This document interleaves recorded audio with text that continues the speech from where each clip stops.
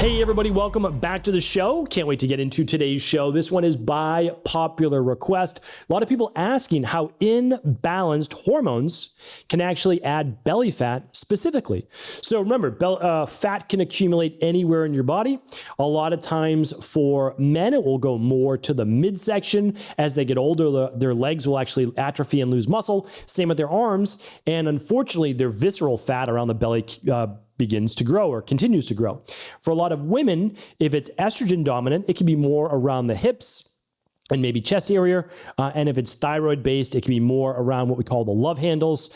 But women can also be affected by cortisol levels and visceral fat today. So what I want to do is I want to kind of break this down, talk about belly fat, talk about specifically how it begins to accumulate if hormones are imbalanced. Now, I've given this talk in different angles, and so what I want to do is continue to kind of attack the problem at multiple angles so people can see that losing body fat is not just about calories in, calories out. It's really not. And what happens is if you drop your calories too low or you drop your carbs too low for too long while exercising, believe it or not, you can accumulate more body fat and slow your metabolism. I want to share the science behind that today, try to keep it interesting, and let's get right into it. So you can't talk about belly fat really accumulation without talking about cortisol. So I always chat about cortisol, and that is because it is not a bad thing, but when overdone, it is, right? So like when I had Addisons disease, it was a real issue. I couldn't produce cortisol, which means I couldn't produce energy. And also, I couldn't produce a very powerful anti-inflammatory, so I had terrible allergies. I had a terrible time falling asleep at night, terrible time waking up in the morning, and of course, no production of energy. So not a good thing. But luckily, many people don't have to deal with that. What they have to deal with oftentimes is kind of the upside down diurnal rhythm. And that means they're producing too little cortisol in the morning to kind of wake them up and get them going, and too much in the evening, or just too much throughout the day.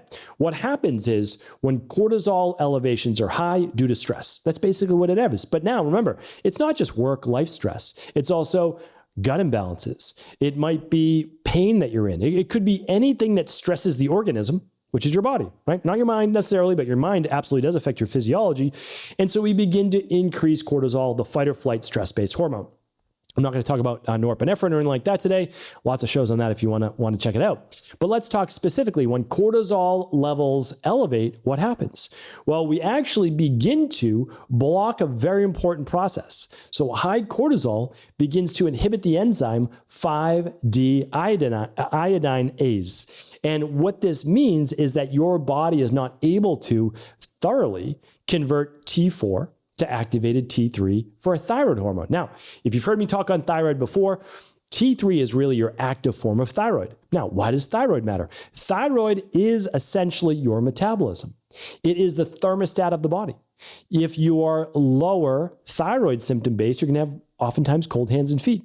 You're going to have poor blood flow overall. You'll have brain fog, dry skin, thinning of the hair, thinning of the outer edge of the eyebrow, and so much more. So I want to share that this is a big component. I teach this inside of IHP as well, even level 1, and because it's so important. Actually, I teach it in the Rain Barrel Effect as well. And my book's free, of course, has been for a while now on my website. And what I want you to think about though is when stress goes up, metabolism goes down, but it goes down through multiple reasons. One of those is thyroid. Here's the other interesting thing: although the conversion becomes less from T4 to active T3.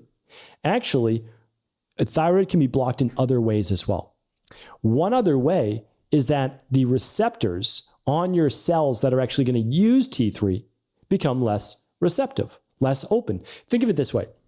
When you start to move towards higher fasting blood sugar or glucose, move towards type 2 diabetes, well, the receptors on the outside of your cells are no longer functioning like normal cells.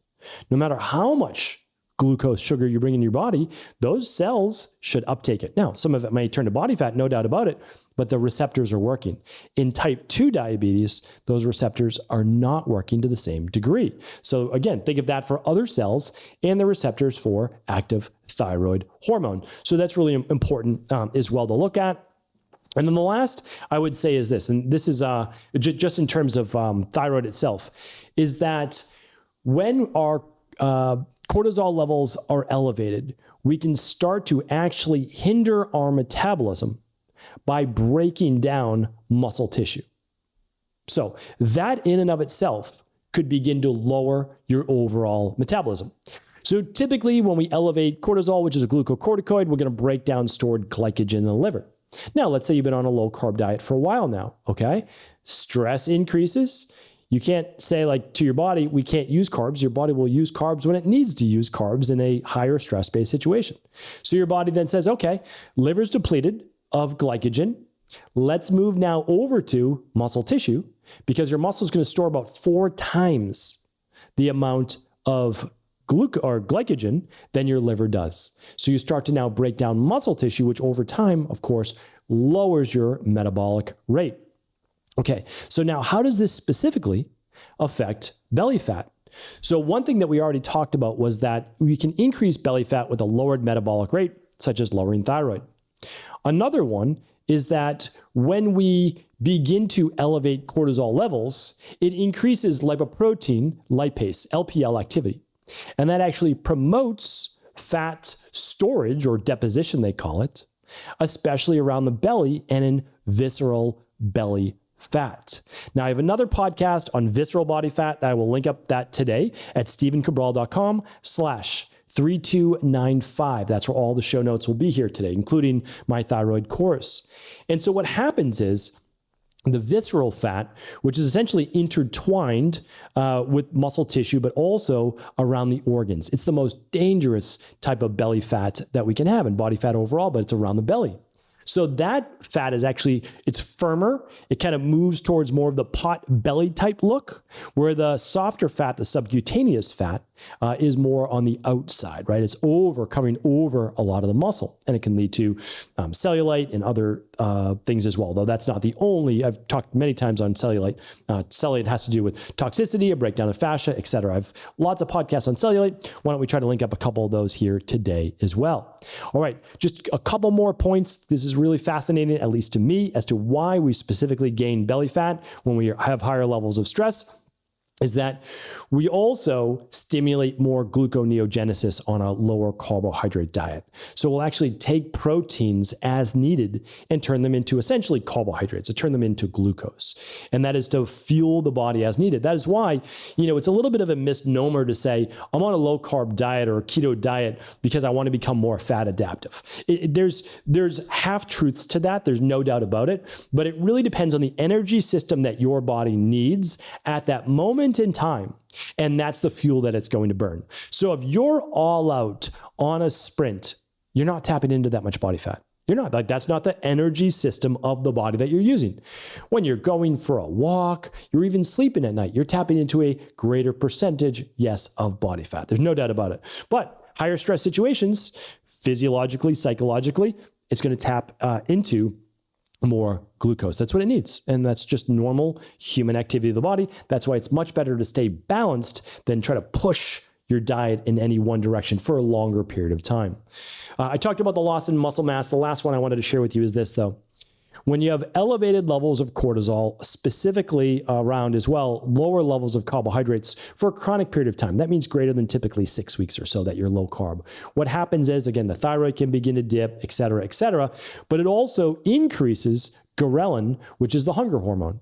So now you start to feel less satiated and more hungry. So it increases appetite, cravings, and a lot of times it's for carbs and sugar.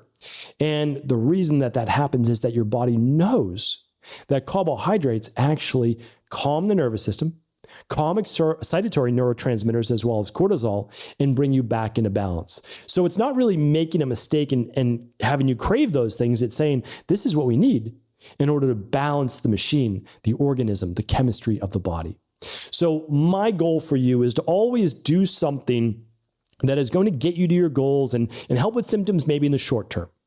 But for the long term, we have to be careful with a lot of these programs that sacrifice body transformation results for long-term health. So yes, you can lose weight, but over time, you're going to be wrecking your metabolism. And then you're not going to enable you to live the long, healthy life with lots of energy and vitality that I think most of us are really after. So I truly believe that you can have the best of all worlds. I really believe that. Every Wednesday show is basically a show on how to lose weight the safe way and transform your body. And those are all free. They're at stephencabral.com/podcasts. This was episode 3,295. So if you divide that by 7, you've got that many weight loss Wednesday shows. So always feel free to head on over there. Literally, they are all free. Go to stephencabral.com/podcast. You can scroll through the images at the top. Just click on the weight loss one if you'd like. If that's a challenge of yours, we can share with you exactly how to design a program that is specifically built for you. And then all the other show notes from today's show will be at stephencabral.com/3295. The last note I'll give you is this. If you're someone that's struggling with thyroid-based balance and boosting your thyroid and metabolism naturally, I definitely recommend checking out the thyroid course at stephencabral.com/courses. If it's the right fit, I think it's going to help you out a lot. It's going to give you all the details A to Z on how to rebalance your thyroid. All right, everybody, take care. Have an amazing rest of the day. I'll talk to you tomorrow on a brand new Cabral Concept. Thanks so much for tuning into today's show. Before you go, don't forget to hit that subscribe button. I want to make sure that you're getting our daily content, not missing out on anything functional medicine, wellness, weight gain, weight loss, anti-aging, living longer, stronger, and all of the most cutting-edge research. And if there's any topics you want to hear, feel free to leave them in the comments below. Take care.